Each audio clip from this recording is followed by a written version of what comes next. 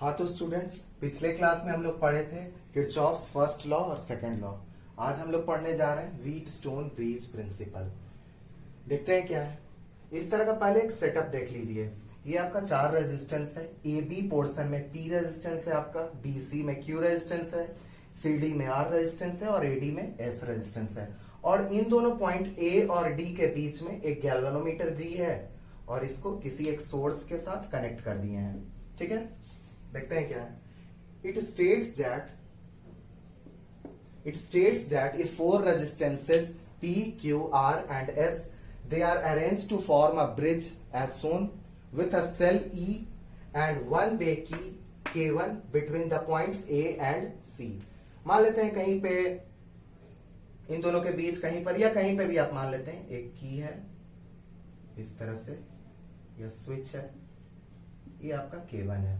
ठीक है, and a galvanometer G and a tapping key K2 between the points B and D। B और D के बीच में भी कोई एक आप की ले सकते हैं K2। ठीक है, the galvanometer shows no deflection and the bridge is said to be balanced। तो एक ऐसा केस आएगा कि आपका ये गैल्वेनोमीटर जीरो करंट शो करेगा, मतलब करंट शो ही नहीं करेगा, जीरो वैल्यू शो करेगा। गैल्वेनोमीटर और एमीटर में क्या डिफरेंस है? एमीटर आपका एक्चुअल करंट का रीडिंग बताता है, जबकि जो गैल्वेनोमीटर है वो बस डिफ्लेक्शन ऑफ करंट बताएगा, करंट को बस डिटेक्ट करेगा। ठीक है, पहले इसको नोट डाउन कर लीजिए आप लोग, मैं समझाता हूं।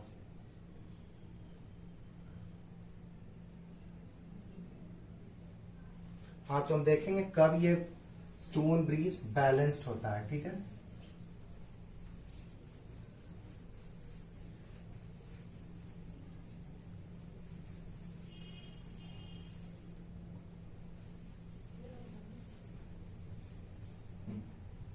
मान लेते हैं ये सेल है, सेल से आई करंट जा रहा है। अब आई करंट यहां पे आने के बाद इसके पास दो रास्ता है, तो करंट डिस्ट्रीब्यूट हो गया आपका। मान लेते हैं BD पोर्शन में I1 करंट जा रहा है और इसमें I माइनस I1 करंट गया। फिर यहां आने के बाद इसके पास दो रास्ता है, मान लेते हैं कुछ और करंट इसमें IG करंट चला गया गैल्वेनोमीटर वाले पोर्शन में, BD पोर्शन में, तो बचा हुआ करंट इधर कितना आएगा? I1 minus IG। अब यहां से देखिए ये दोनों करंट आके फिर यहां ऐड हो जाएगा, this will be I minus I1 plus IG, और ये दोनों ऐड होकर फिर I बन के वापस सर्किट में लौट जाएगा।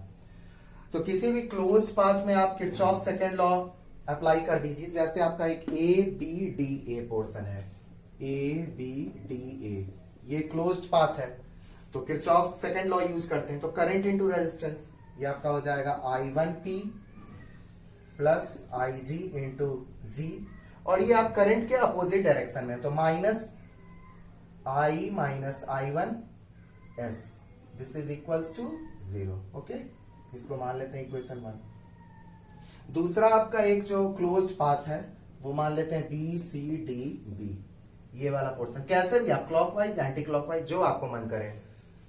तो BC पोर्शन में I1 माइनस IG करंट जा रहा है, तो वो हो जाएगा Q times I1 minus IG minus R times I minus I1 plus IG, और फिर आप ये अपोजिट डायरेक्शन में जा रहे हैं तो minus IG into G equals to 0। ये आपका सेकंड इक्वेशन होगा।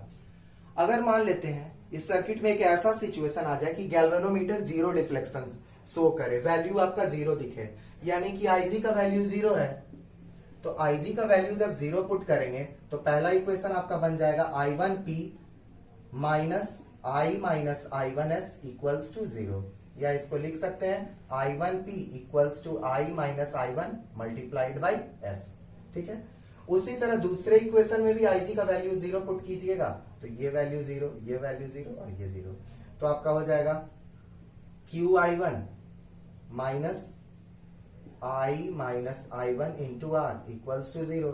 This implies QI1 equals to I minus I1 into R।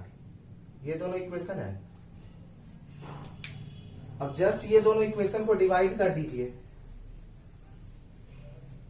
जैसे ही ये दोनों इक्वेशन को डिवाइड करेंगे, I1P divided by QI1 equals to I minus I1S divided by I minus I1 R। ठीक है, तो P by Q equals to S by R।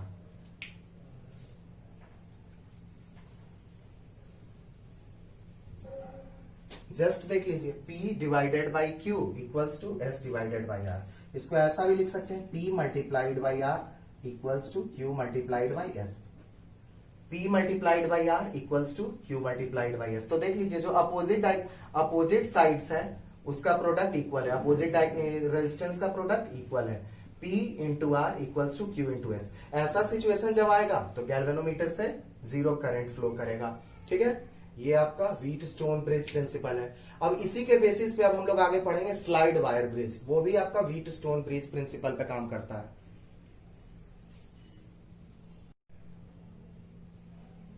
अब हम लोग देखते हैं slide wire bridge. It is the practical form of Wheatstone bridge. ठीक है, देख लेते हैं पहले इसका कैसे कंस्ट्रक्शन है, अप्लायंस।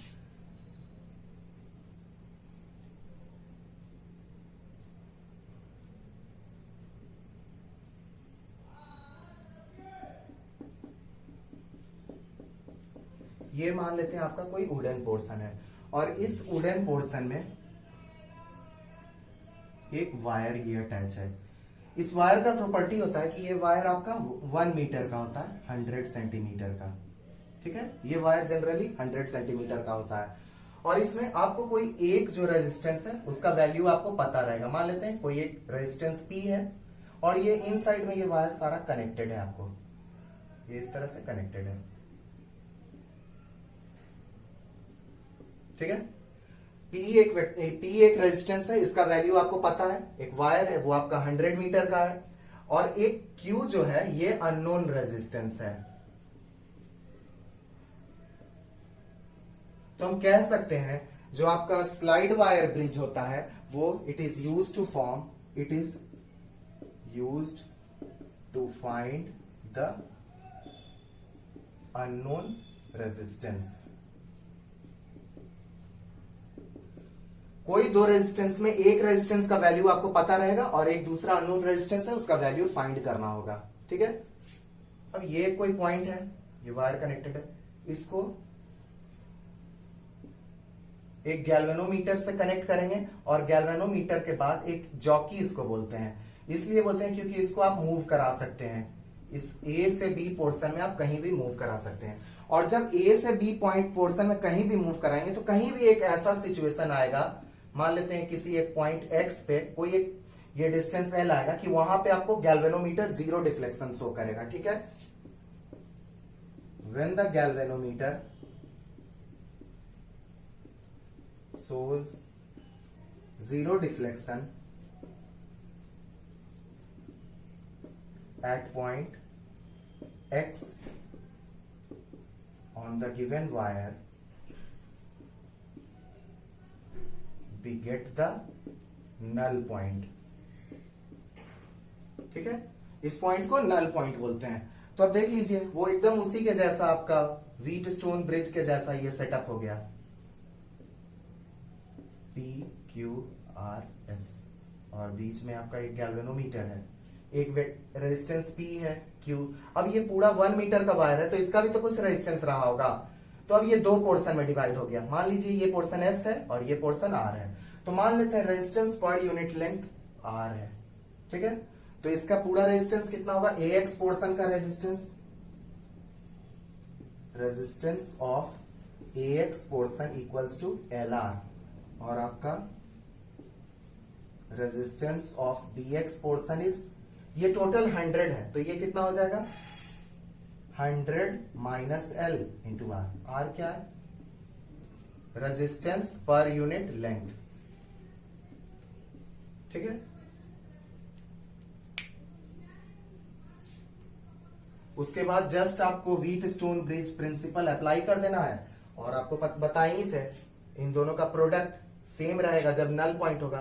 तो P multiplied by R 100 minus L equals to Q multiplied by L into R। ठीक है, रेजिस्टेंस पर यूनिट लेंथ आपका आर का वैल्यू कट गया है, ठीक है, एलिमिनेट हो गया। तो हम लिख सकते हैं P by Q equals to L by 100 minus L। अब आपको P का वैल्यू पता है, लेंथ भी पता है, तो Q फाइंड हो जाएगा, ठीक है, नोट कर लीजिए।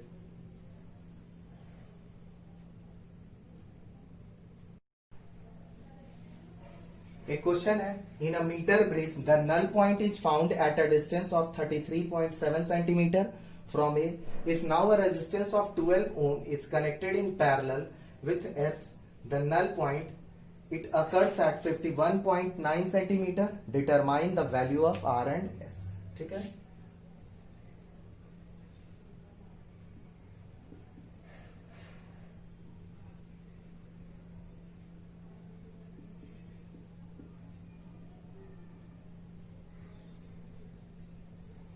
मान लेते हैं ये R रेजिस्टेंस है, ये आपका S रेजिस्टेंस है, ठीक है, और इसको कहीं कनेक्ट किए हैं। पहला जो आपका डिस्टेंस दिया हुआ है ये L1 है, L1 इज 33.7 सेंटीमीटर, और दूसरा नल पॉइंट आपको मिला है 51.9 सेंटीमीटर पे। आपको R और S का वैल्यू कैलकुलेट करना है, ठीक है। हाँ, तो आप wheat stone bridge principal apply कीजिए।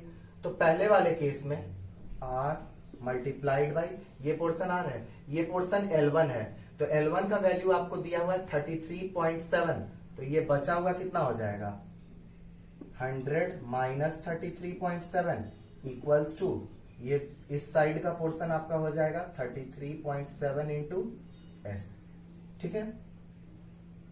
इसको मल्टीप्लाई कर लेते हैं तो 100R minus 33.7R equals to 33.7S। ये मेरे ख्याल से हो जाएगा 100 माइनस 33.7 कितना होगा 66.3R इक्वल्स टू 33.7S। ये आपको एक इक्वेशन बना। अब दूसरे केस में ये डिस्टेंस आपका 51.9 हो जा रहा है, और हाँ, इसके साथ एक और रेजिस्टेंस, ये जो S रेजिस्टेंस था, इसके साथ एक और रेजिस्टेंस आप पैरेलल में अटैच कर रहे हैं जो कि 12 ओम का है, ठीक है। तो जब दो रेजिस्टेंस पैरेलल में रहता है तो R इक्विवेलेंट का वैल्यू हो जाएगा 12S divided by 12 plus S।